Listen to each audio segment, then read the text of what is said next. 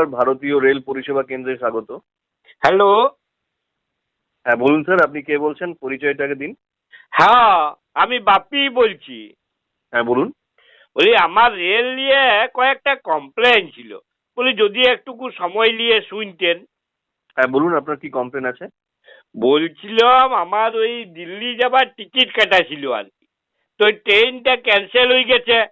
তো rail department পুরো টাকাটাই আমার অ্যাকাউন্টে ফেরত দিয়ে দিয়েছে। তো আপনি তো আপনার পুরো টাকাটাই ফেরত পেয়ে গেছেন, তাহলে কিসের কমপ্লেন?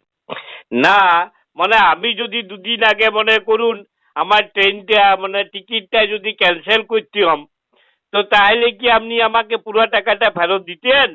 তখন তো আপনি ক্যান্সেলেশন চার্জ 20% কাটিয়ে তারপরে বাকি টাকাটা ফেরত দিতেন। তাহলে আপনারা যখন ট্রেনটা ক্যান্সেল করলেন, তাহলে আমাকে 20% টাকা কেন বেশি দিবেন নাই? না, আমাদের ট্রেনের ডিপার্টমেন্টে তো এরকম কোনো নিয়ম নেই স্যার। হ, আমার তো কমপ্লেনটা ওইখানে। বলি নিয়ম নাই তো তাহলে নিয়ম করুন।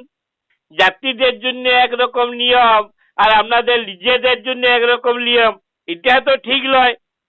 বলি আরেকটা কথা, বলি সেদিন আমি লোকাল ট্রেনে টিকিট কেটে পরে আর এক্সপ্রেস ট্রেনে চেপে গেছিলাম আর কি।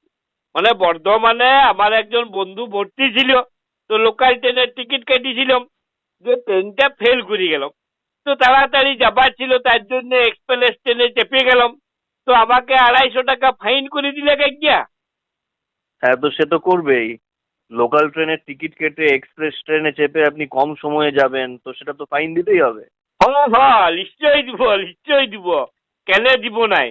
কিন্তু যখন আপনাদের এক্সপ্রেস ট্রেন লোকাল ট্রেনের থেকেও আস্তে আস্তে যাবে, সিগন্যালে ঘন্টার পর ঘন্টা দাঁড়াই থাকবে, 10 ঘন্টার সময়ের ট্রেন 15 ঘন্টায় পৌঁছাবে, বলি তখন আপনারা প্যাসেঞ্জারকে ফাইন দিবেন তো?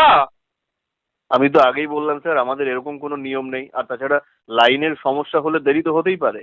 ই বাবারি, বেশ বলছেন মশাই।